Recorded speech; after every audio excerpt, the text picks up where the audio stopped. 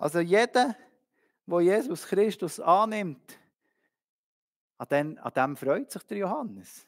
Wie ein Kalb. Oder, ja, manchmal ein Kalb freut sich. Ein Kalb freut sich, das darf man sagen. Die ist so, seht ihr im Frühling, wenn man so auslässt, die Stille hoch und dann, juppie.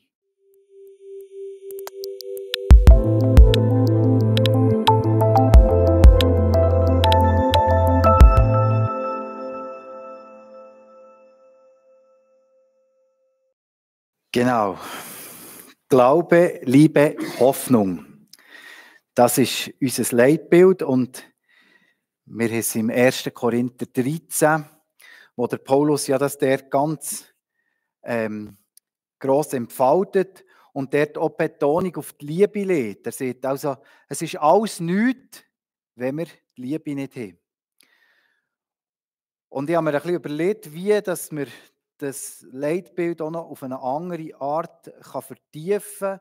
Möglichkeit für Kleingruppen, aber auch Möglichkeit einfach für den Gottesdienst etwas mitzunehmen. Und ich habe darüber gebetet und ich bin im 1. Johannesbrief bleiben hängen. Und mir ist aufgefallen, dass dort die 3 Wörter Glaube, Liebe, Hoffnung kommen immer wieder vor. Der Johannes hat in seinem Brief diese 3 Wörter auch als Kernwörter mitgenommen. Und ich werde mit uns gerade direkt in den Text eingehen. Am Anfang vom 1. Johannesbrief, 1. Johannes 1, 1-4. Von allem Anfang an war es da. Wir haben es gehört und mit eigenen Augen gesehen. Wir haben es angeschaut und mit unseren Händen berührt, das Wort des Lebens. Ja, das Leben ist erschienen, das können wir bezeugen. Wir haben es gesehen und wir verkünden es, das ewige Leben, das beim Vater war und uns erschienen ist. Und warum verkünden wir euch, dass wir gesehen und gehört haben? Wir möchten, dass ihr mit uns verbunden seid, mehr noch, dass ihr zusammen mit uns erlebt, was es heißt, mit dem Vater und mit seinem Sohn Jesus Christus verbunden zu sein. Wir schreiben euch diesen Brief, damit wir alle, ihr und wir, die Freude, die Gott uns schenkt, in ihrer ganzen Fülle erleben. Der Johannes ist ein spezieller Mann. Er ist jemand, der uns ganz ein grosses und wertvolles Erbe hat hinterlassen. Er war Jünger von Jesus. Er war mit Jesus unterwegs und er hat sogar zum inneren Kreis von Jesus gehört. Also wenn wir jemanden wie, wenn wir wissen, was dort in diesem inneren Kreis abgegangen ist und was auch Jesus mit seinen ganz engsten Vertrauten erlebt hat, dann kommen wir nicht um den Johannes herum. Der Johannes ist auch einer von diesen Aposteln, der, das Glück hatte, dass er nicht einen frühen Märtyrertod erlebt hat. Das ist vielleicht ein bisschen makaber, aber es ist so, viele Petrus etc., sie früh müssen sterben für ihr Unterwegssein mit Jesus. Aber ich glaube, der Johannes, der ist nicht einfach, was heisst hier im Johannes-Evangelium, es sind die Jünger, die Jesus lieb hatte. Und ich glaube, das ist nicht nur wegen dem, dass er nicht einen Märtyrertod erleben musste. Ich glaube, es war auch, weil er eben ganz nah beim Herz von Jesus war und so auch über eine lange Zeit hat eine Gemeinde prägen konnte. Er hat uns verschiedene schriftliche Zeugnisse hinterlassen. Eben das Johannes-Evangelium und dann natürlich ganz bekannt auch die Offenbarung. Das ist auch ein Buch, das uns immer wieder herausfordert. Aber dann eben auch die 3 Briefe vom Johannes. Und es ist ganz interessant, der Johannes, der hat seine Briefe nicht an eine explizite Gruppe adressiert. Ich glaube, das ist auch für uns ein Zeichen, dass es eben etwas ist, wo er das Herz, sein Herz vom Glauben auch mit der ganzen Gemeinde teilen. Der Johannes, der hat Jesus als Messias und als Sohn Gottes darstellen, aber auch als der Gott, der eben Mensch ist geworden. Und er hat mit seinen Schriften so auch gegen die Irrlehre von der Gnosis angekämpft. Und jetzt denken Sie vielleicht, oh, was ist jetzt das, wieder die Gnosis? Das ist etwas, wo ich den Eindruck habe, was sehr wieder verbreitet ist. Wenn man nämlich die Leute fragen, ja, an was glaubst du? Dann sagen vielleicht viele, ja, ich glaube irgendwie eine höhere Macht. Oder wir sehen auch, dass gerade so die Lehre vom Buddhismus, für jedem Bau, in jedem Baugeschäft, in jedem Duit, kannst du so einen Buddha Götz kannst du kaufen, aber ja, Kreuz oder so gibt es dort nicht zu kaufen, aber das ist für mich so das Zeichen. Im Buddhismus geht es darum, dass eigentlich alles sein Leiden ist. Alles sein ist Leiden. Und wenn wir uns vom Leiden befreien, dann müssen wir uns vom Zustand vom Sein erlösen. Und das ist ganz ähnlich in der Gnosis. Gnosis hat gesagt, es gibt etwas, das ist gut, und das ist der Geist. Und es gibt etwas, das ist nicht gut, das ist alles, was man anlängen kann, Materie. Also unser Körper, alles, was ist nicht gut, ist schlecht. Und so kommen sie ja zum Schluss, dass man vielleicht auf die eine Seite den Körper, den muss man züchtigen. Dem Körper, den muss man lehren, dass er eben schlecht ist. Und im Geist, da kann man philosophieren und Überlegungen machen, das ist gut. Oder es hat auch andere Gnostiker gegeben und gesagt, ja, das spielt ja eh keine Rolle, was ich mache mit dem Körper. Der Körper ist ja eh schlecht. Also im Korintherbrief wird das konkret gesehen von Paulus. Ich kann zu einer Prostituierten gehen als Mann. Ich kann mit meinem Körper machen, was ich will. Ich kann ausschweifend leben. Und das macht alles nichts, weil der Körper, das ist eh nichts wert. Also wir merken, wie ja, aktuell auch also die Gedanken von der Gnosis irgendwo eben auch in unserem Alltag, in unserer Gesellschaft auch verbreitet sind. Gott hat gesagt, er hat die Erde gemacht und er hat gesagt, es ist gut. Das ist das, was Gott hat gesagt über der Materie, über dem Sein. Es ist gut. Und der Johannes stellt uns eben den Jesus dar, der in die gefallene Schöpfung hineinkommt, dass das Gute wieder hergestellt werden darf. Mir ist es ganz gross entgegengekommen, oder ich habe es ganz spannend gefunden, gerade schon im ersten Satz von seinem Brief, wie er dort schon gerade eben gegen die Gnosis redet. Also, man könnte sagen, ja, da lesen wir jetzt nichts von Gnosis da in diesem Satz. Der Mensch, der will unabhängig sein, er will von Gott unabhängig sein. Und er hat so auch Gott abgelehnt, schon im Garten Eden, ganz am Anfang. Und der Johannes, der fängt jetzt genau hier an. Er sagt, von allem Anfang an ist es da gewesen. Ja, was ist denn da gewesen? Von allem Anfang an ist es da gewesen. Und der Leser, der jetzt hier stoppt, der könnte sagen, ja also, was war am Anfang? Das Wort. Wort ist Geist. Ja super, das ist doch genau das, was jetzt wir als Gnostiker sagen. Das Wort ist gut, der Geist ist gut. Also, das sieht ja schon gerade der Johannes. Von allem Anfang an ist es da gewesen, wir haben es gehört. Aber es geht eben weiter. Wir haben es mit eigenen Augen gesehen. Wort gesehen. Komisch.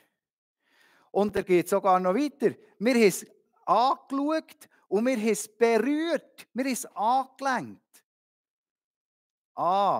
Jetzt merken wir, es geht eben nicht um etwas, das irgendwo weit oben fliegt.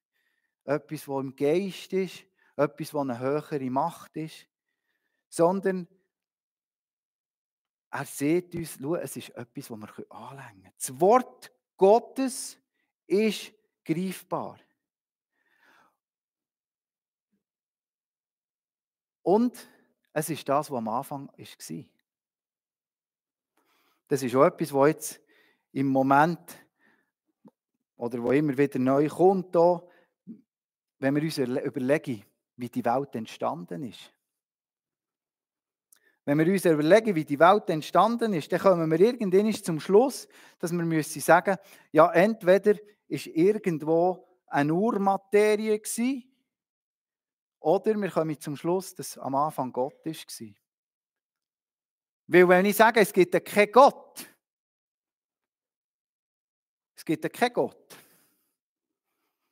dann kann nichts entstehen. Weil wo nichts ist, kann nichts sein.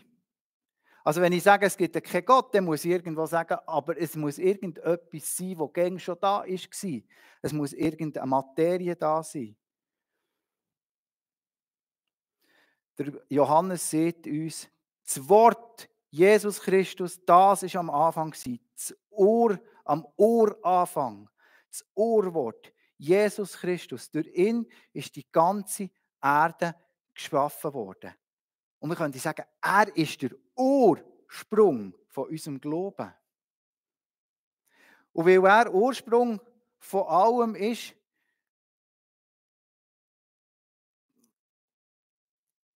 weil er das Wort ist, das Gott geschaffen hat, durch das, was Gott geschaffen hat, ist es gut, das, was er geschaffen hat. Das ist etwas ganz Wichtiges. Ja, wir wissen, die Erde, die funktioniert nicht mehr ganz so gut. Es gibt Kriege, es gibt Krankheiten, es gibt Leiden auf dieser Erde. Aber was ganz wichtig ist, der Gedanke hinter der Schöpfung ist, es ist sehr gut. Gott hat durch sein Wort, durch Jesus Christus geschaffen und das ist gut. Und das ist doch eine gute Neuigkeit für die Erde. Das ist doch eine gute Neuigkeit für uns Menschen. Ja, wir wissen, durch unser unabhängig Wollen von Gott ist nicht mehr alles gut auf dieser Erde. Durch unser unabhängig Wollen von Gott ist der Tod in die Welt gekommen, ist das Negative in die Welt gekommen. Aber das Gute, das scheint immer noch durch. Oder sonst schaut ihr mal zum Fenster raus. Und das soll der Ursprung, das soll das Fundament von unserem Glauben sein. Der Urglauben festmachen. Aber der Glaube ist auch, dass eben das Wort vom Leben ist erschienen und dass es bezeugt wird. Der Johannes geht weiter. Was ist denn die Überlegung vom Gnostiker zu Jesus?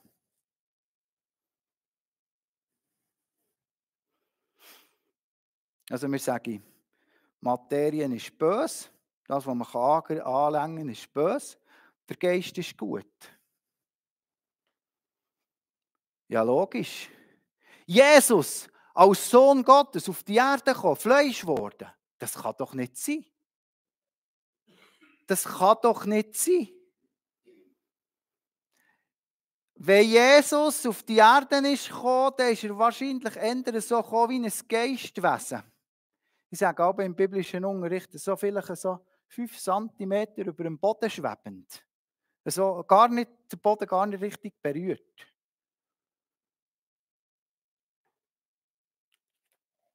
Weil Gott ist ja gut. Und sein Sohn ist gut. Oder eine andere Möglichkeit ist, dass sie sagen, aha, okay, wir lesen ja das auch in der Bibel, dass Jesus ist getauft worden und der Geist ist auf ihn nachgekommen. Und dann spätestens vor der Kreuzung ist der Geist ja wahrscheinlich wieder aus Jesus rausgegangen, weil er ja dann am Kreuz hat müssen sterben. Nein, der Johannes widerlegt all diese Theorien. Das ist nicht wahr. Und ich glaube, wir müssen ganz gut aufpassen, manchmal, wenn wir so vielleicht im Radio oder irgendwo so gute Überlegungen hören, dass wir wirklich überlegen, was ist denn mein Glaube? Jesus Christus ist Mensch geworden. Mensch geworden. Er ist greifbar geworden. Und ich finde das so schön, wenn gerade der Johannes das beschreibt. Wir lesen im Johannesevangelium, dass der Johannes an der Brust von Jesus gelegen ist. Da dachte ich, oh, da, ein erwachsener Mann, das ist ein bisschen komisch und ein bisschen, meine Tochter würde sagen, das ist cringe. He? Wenn da ein erwachsener Mann bei einem erwachsenen Mann an der Brust liegt. Hey, aber das sieht genau, dass eben Jesus ist greifbar war. Der ist nicht einfach 5 cm über dem Boden gelaufen. Der war auf dieser Erde als Mensch wie wir. Das sieht übrigens der Johannes im Evangelium ganz am Anfang. Er ist Mensch geworden wie wir. Der Johannes ist Jesus begegnet. Er hat mit ihm zusammen gegessen. Er hat mit ihm zusammen gefeiert. Er war mit ihm zusammen traurig und ist eben auch an seiner Brust gelegen. Und wir lesen ja, dass Johannes der auferstandene Jesus an Ostern ist begegnet natürlich. An Ostern ist begegnet. Der auferstandene Jesus ist am Johannes begegnet. Und darum kann, glaube ich, wie niemand sonst, der Johannes bezeugen, dass Christus ist, der Messias, der Retter. Und ich werde so eine kleine Klammer machen. Ja, wir lesen von Jesus in der Bibel. Ja, wir können irgendwo auch wieder eine Theorie aufstellen über Jesus. Wer war Jesus gewesen? Wir können mit unseren Mitmenschen, mit unseren Arbeitskameraden, wir können mit unserer Lehrerin diskutieren, wer Jesus war. Aber ich glaube, auch für uns soll Jesus greifbar werden. Und das ist ja das, wo Jesus so sieht, ich komme zurück. Und ich komme zurück, auf einmal so, wie er ist gegangen, und er auch, dass er eben uns den Heiligen Geist geschickt. Dass Gott in uns lebt durch den Heiligen Geist. Und darum für uns auch greifbar und fassbar wird. Und jetzt könnte man ja sagen, ja, das ist alles zusammen gut, schön für den Johannes. Aber der Johannes beschreibt da in seinem Text auch der Eifer, dass er das weiter sagen will. Er will das nicht einfach für sich behalten. Er lässt sich auch nicht einfach als Zeuge feiern.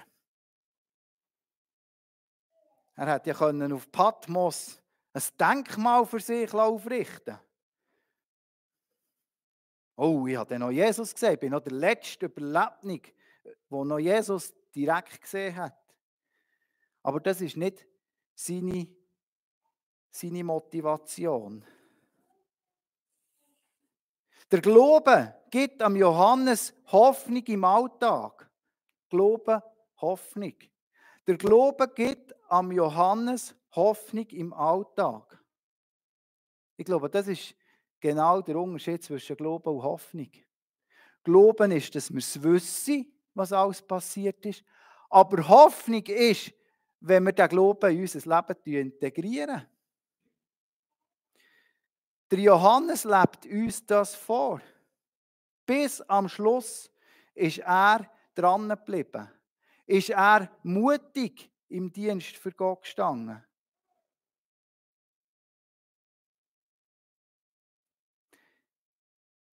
Christus ist das Leben. Und das Leben lebt in der Person vom Heiligen Geist im Johannes. Er verkündigt, was er gesehen hat. Und was er auch erfasst hat und was er mit seinen Mitmenschen erlebt hat. Und er will das weitergeben mit allen Mitteln von der Kommunikation.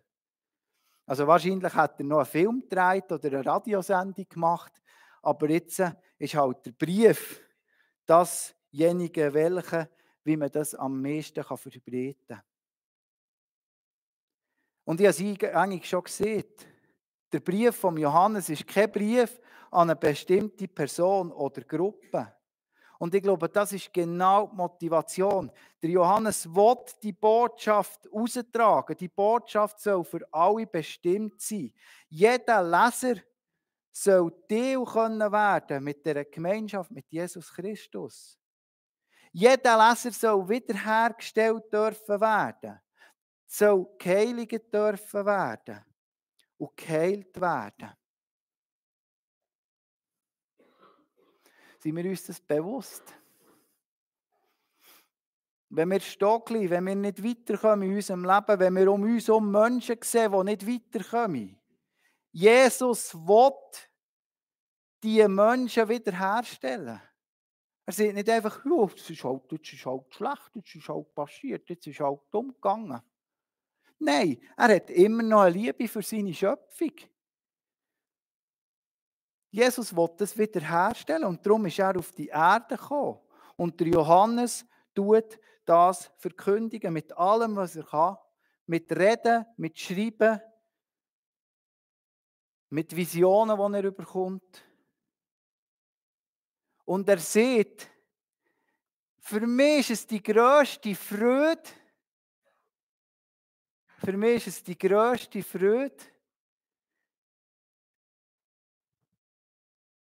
wenn ihr auch Teil von dem Ganzen werdet. Wenn ihr Teil von dieser Gemeinschaft werdet. Das ist der Ursprung von der vollkommenen Freude von mir, sagt der Johannes.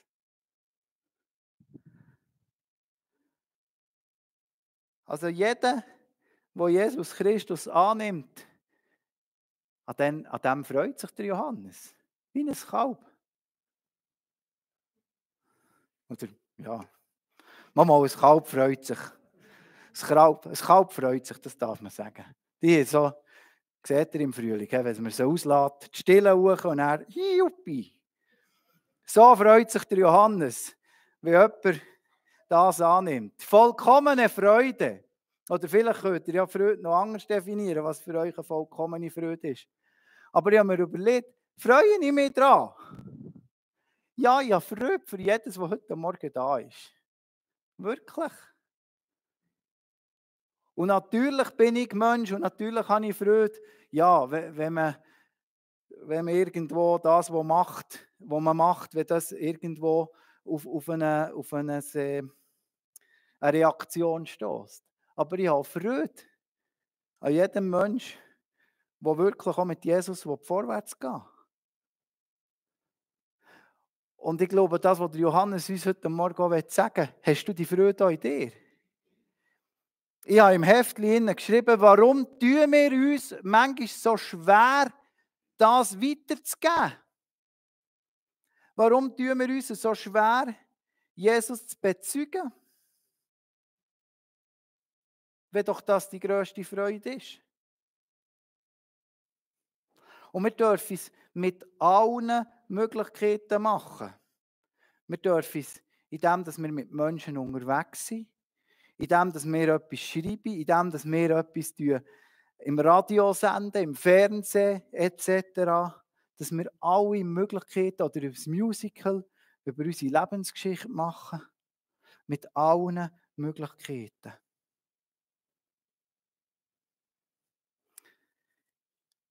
Ich werde euch ein paar Fragen stellen zum Abschluss. Ein paar Fragen habe ich vor auf der Folie.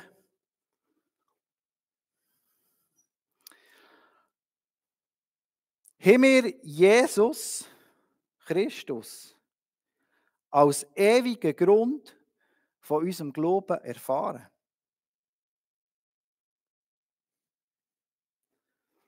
Was macht uns Freude? Was macht uns vollkommene Freude? Mir, dir. Meinst du nicht auch, dass vollkommene Freude etwas mit der Liebe zum Nächsten zu tun hat? Kann es sein, dass unsere mangelnde Motivation, der Glauben zu verkünden, damit zusammenhängt, weil wir vielleicht auch falsche Glaubenssätze haben? Weil wir vielleicht falsche Glaubenssätze in unser Glaubensgebäude integriert haben? Und ich könnte dort auch noch anfügen, lohnt es sich vielleicht einmal, meine Glaubenssätze auch zu überdenken, zu überlegen. Und dort haben wir auch die Möglichkeit, dass wir den Heiligen Geist dürfen in unser Leben einladen und dann ihm aber auch Vollmacht geben und die Autorität, dass er uns in unserem Leben darf zeigen, was die falschen Glaubenssätze sind. Und wir erleben das immer wieder, auch gerade im Sozo, in dem Befreiungsdienst, den wir anbieten, dass man mit Menschen fragt, was sind die Lügen? Was sind die Lügen, die du hast angefangen zu glauben? Und was ist denn die Wahrheit, die Gott dir geben will? Und das darf vielleicht auch gerade eine Möglichkeit ist, wenn du merkst, ich möchte da weitergehen, dass du vielleicht auch so einen Dienst darfst in Anspruch nehmen. Wir dienen dir gerne dienen. Ich glaube, es ist wichtig, dass wir frei sind, dass wir unsere Berufung in Jesus Christus dürfen leben.